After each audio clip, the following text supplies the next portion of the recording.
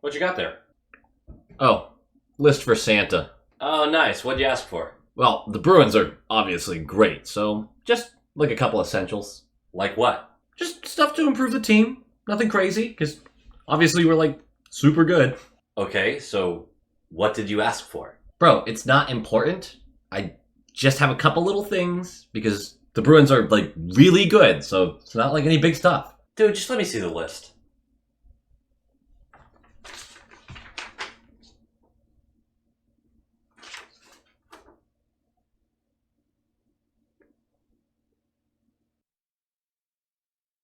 Low quality fans of a high quality Bruins team. That's not a dub. It's also getting a lot harder to say high quality. It's getting harder to say. It's not untrue though. There's a high quality team.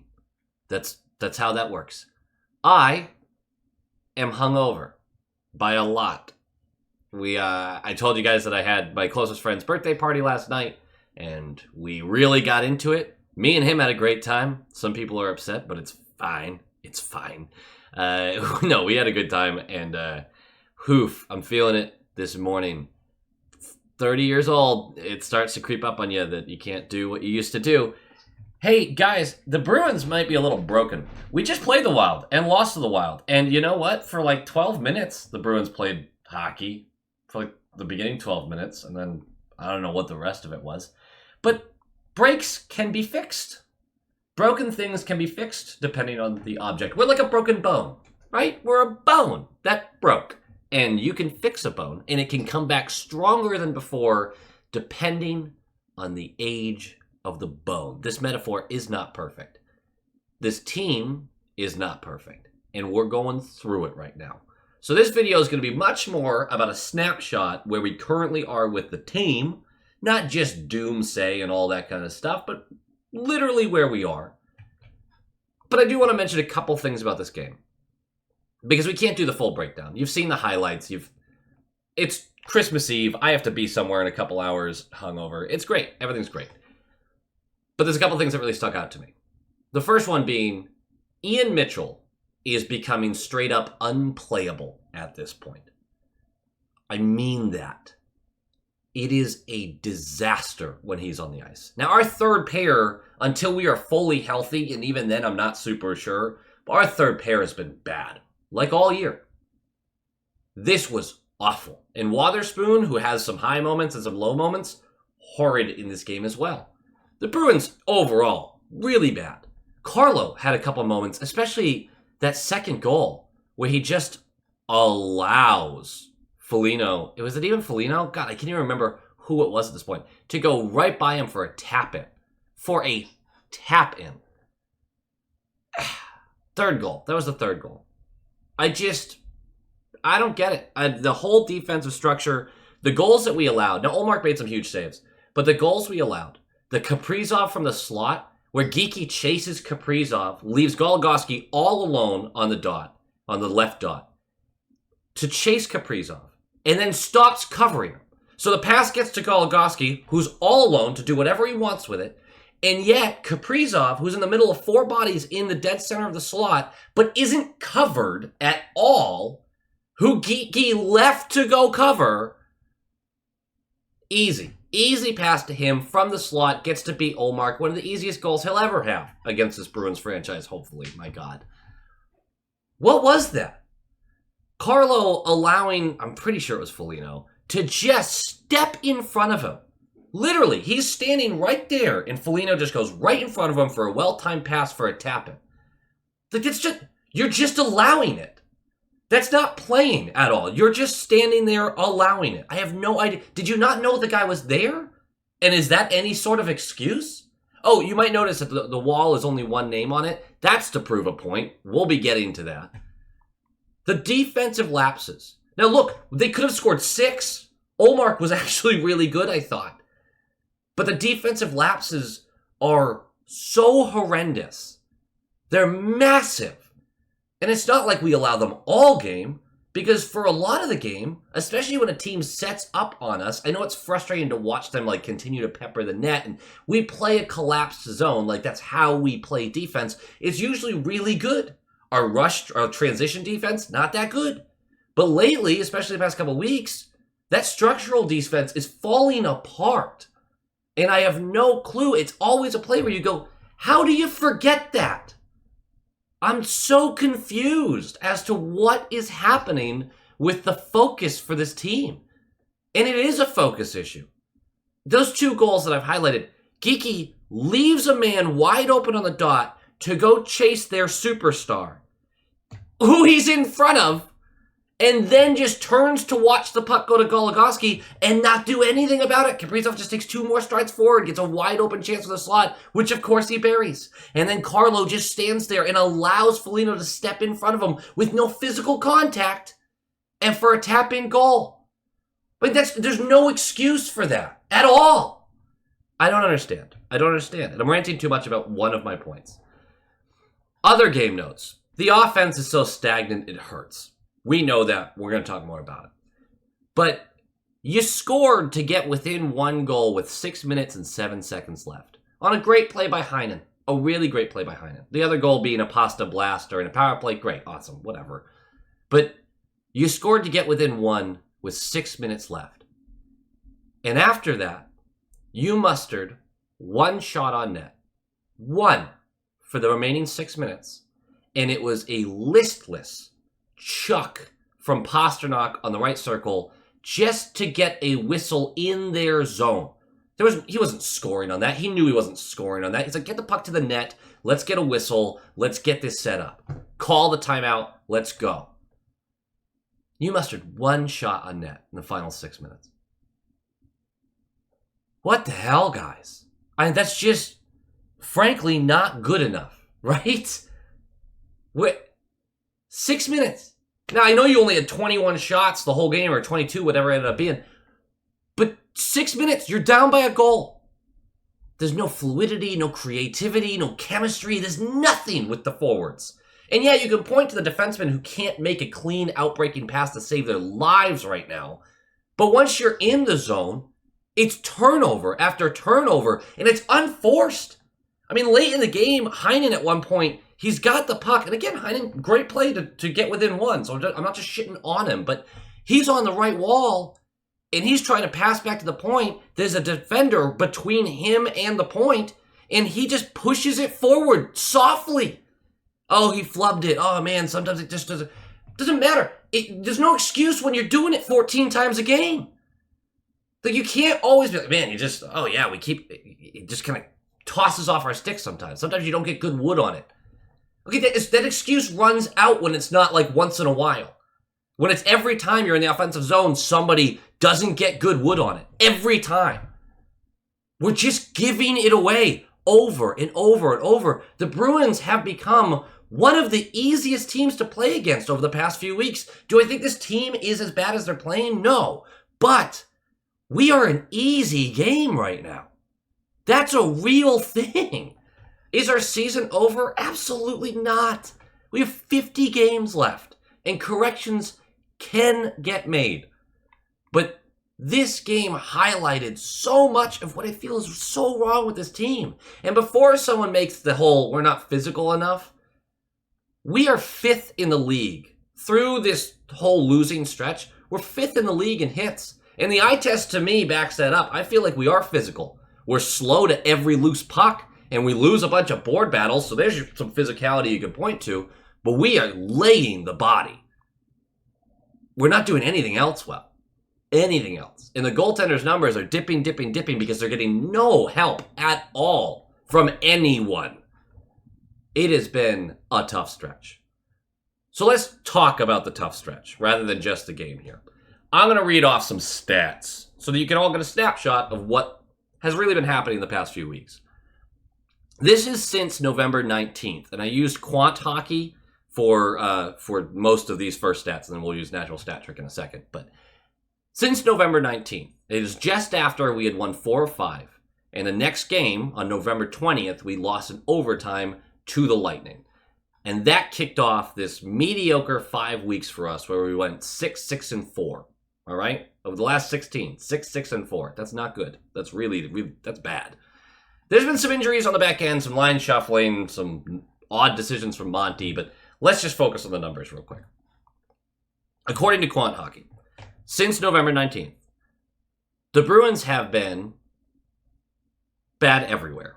The defense is ranked 24th in goals allowed per game. The offense is ranked 27th in goals scored per game. 25th in shooting percentage. 25th in shots taken.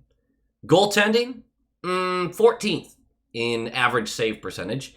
But we can probably point to the complete lack of possession and continuous chances we give up rather than, hey, our goalies are suddenly middling. They're not. They're not.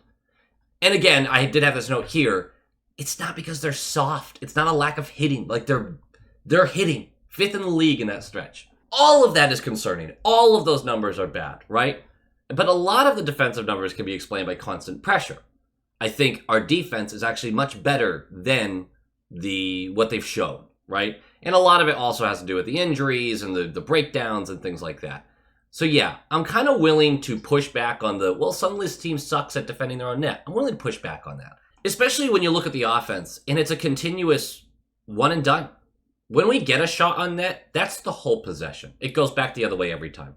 And that's if we get a shot in the net. We enter the zone, we make an attempt, it's back the other way. We backpedal every time. We can't possess the puck in their zone, and even when we do, nothing's getting to the net. There's no lanes opening, no creativity. Everything that Monty is known for as a coach, it's not present right now.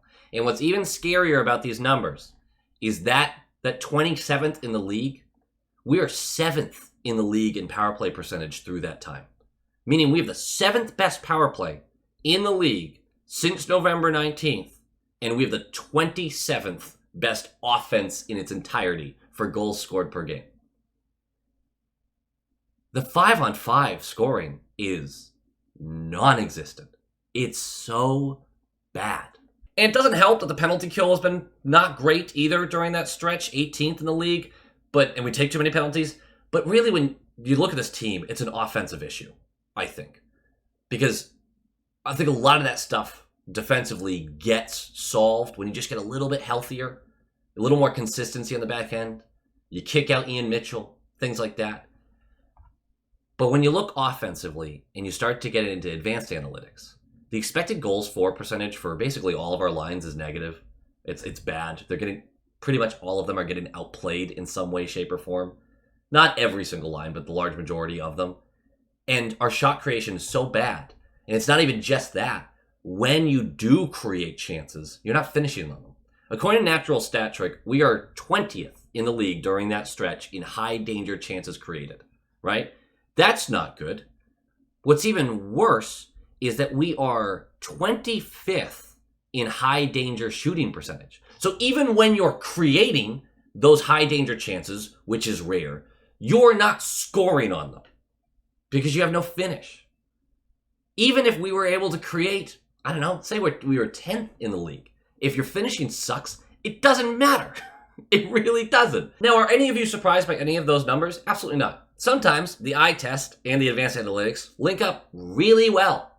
And this is one of those times. Is any of this a death sentence, though? Absolutely not. That's not how hockey works. We are comfortably in a playoff spot right now due to a hot streak at the beginning of the season. The team absolutely has the talent to not be a 500 team, and we have 50 games remaining, which some of you will say, well, that's certainly enough time to fall out of a playoff spot. Yeah, it is. It's also a time to correct the issues that you're having. But there are a few points or opinions that I kind of want to get off my chest about the next 50 games. First of all, you won't see a trade until March. I keep hearing people talk about DeBrusk and Grizz and moving them, and Lysell, who is turning 21 in January. It's really hard to call him a bust already. I'm just saying. I don't think it's a fair label for him yet. But you're not going to see that trade. And as much as I like Lindholm and Hannafin and their exciting names, it's probably not who we're going to get this season. We can talk about the offseason in the offseason, but I wouldn't expect a swing that big for a team that's playing Moneyball this year, and we knew was playing Moneyball this year. We tossed in some vets on low-numbered contracts, low cost, low years, just to supplement the team to get us over the hangover of losing so much talent, of core pieces of this team for a long time. All of that points to not making a huge move until the deadline, because the team is more or less where it expects it to be. You've got hot streaks, you've got cold streaks, and the organization trusts Monty. And they're going to give him a chance to fix this before they start making wholesale changes. That is a very clear message from the franchise, I believe, at this point. You're not going to see a trade for at least a couple months. I'm pretty certain about that. When they do make a trade, if it were for some big name, there would have to be an extension related to it. They are not going to mortgage the future right now with the state of the franchise for a rental. That's not who this team is. Last year, that's who that team was. Not this year. So I'd really expect them to either hold out for the free agency, or if they make a move for a Lindholm type, it's going to come with an extension. I'm getting on the record right now. I like Lindholm. I don't know if he's a really good 1C. I think he's a really good 2C, and he's being billed as like this elite top center who is going to be making $9 to $10 million a year.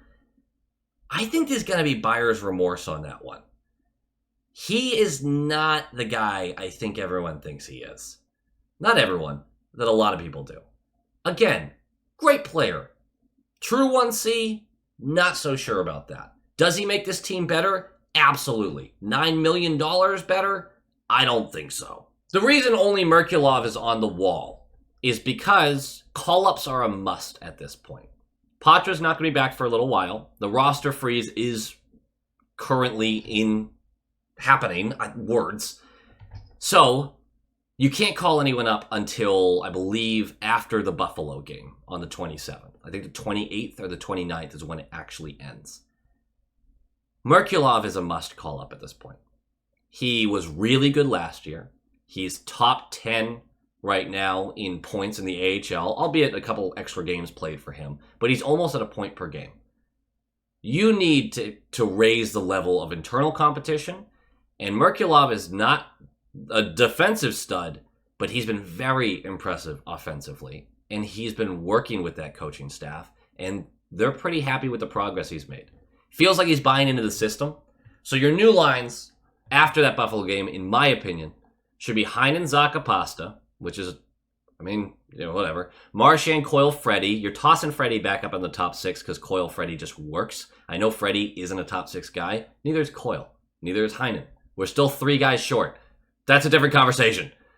DeBrusk, Merkulov, Geeky. I want Merk at center position. He's been playing center position in the AHL. I'd like to see if he can play it in the NHL. JVR, Beecher, Steen. Hate pushing JVR that low, but we are where we are. This team's not good right now, and it needs some changes. Somebody has to fall out. Lauko falls out of the lineup. Lauko, as much as we've enjoyed the fights, and he's been playing with speed and aggression, I don't think he's been very good at the hockey portion at all.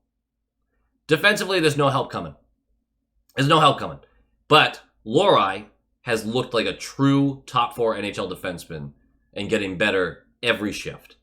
Lohrei, McAvoy, Lindholm, Carlo should be your top 4 for the rest of the season if they're healthy. Grizz, Shattenkirk, as painful as that might be, Grizz has got to step up. Shattenkirk's got to be better. That still gives you 3 guys short on the top 6, which isn't going to be fixed this year, and a third pair that potentially will be fixed this year. And I can't believe I'm going to say this. I kind of miss Forbort, just because I know what I'm getting with him. And it isn't what we've been getting from Ian Mitchell and Wotherspoon. So, simple, right? All of that seems really negative. It's actually not. Because that roster, still pretty solid. Get some internal call-ups. Give some guys some chances. You just put Merkulov in the Patra spot is all you're doing. And then when Patra returns, you figure it out from there. But this is what needs to happen. You can't continue with what you've been doing in a year that you think you can make the playoffs. And if this team wakes up a little bit, which is certainly possible, and they go on a bit of a heater, they get hot at the right time, you've got great goaltending. You've got a defensive structure that you should be able to get back to. And if the scoring just ups by a little bit, or back towards middle of the league, then this team has a puncher's chance against anybody because it's hockey. Why can't it be us, right? Why not us? This team's still solid. It really is. It's a ton of negativity right now surrounding the team because it hasn't performed well. But there's still a lot of growth to be happening. Get some young guys in here. Let's shake it up a little bit. You don't have to go crazy and put Merck on your top left wing or something like that. No, get him in a center position, third line, maybe second line if you want to get squirrely with it. Just see what he can do. Farinacci is another guy I would look at calling up if you didn't want to do Merkulov. Another center who's been playing solid. And then obviously Lysell is an option for wing if you're just like, we need some creativity and scoring. This team's not done. We're well within a playoff spot. We just got to clean it up a bit. And that's super doable. The break's coming at a good time. And to everybody else, Merry Christmas. Have a great holiday. You know, have a good one. I'll see you guys in the middle of next week. Go Bees. Go Bees! Thank you for watching, but of course, we've got to give a shout out to the low quality YouTube channel members. Need a real name for that one of these days. Starting with the top line tier, the Atomic Lizard, Bradley Johnson, Aaron Adams, Just Aaron, Darren Woodbury, Micro Sausage, Brett Arney, Pincent, Justin Barnard, and Nick Zatrullo. You guys are studs. And then we have our Stallions, Abraxion, Hailey E. Coyote, Joel, Jacob Pratt, Jason Ozzy Bruin Connolly, Tupton Detashi, Jonathan Harvey, DeKingery, The Only Newts, A Tasty Snack, Doots42, Bruin Smash, and Jeremy. Absolute legends. Thank you guys so much for your support, and go Bees.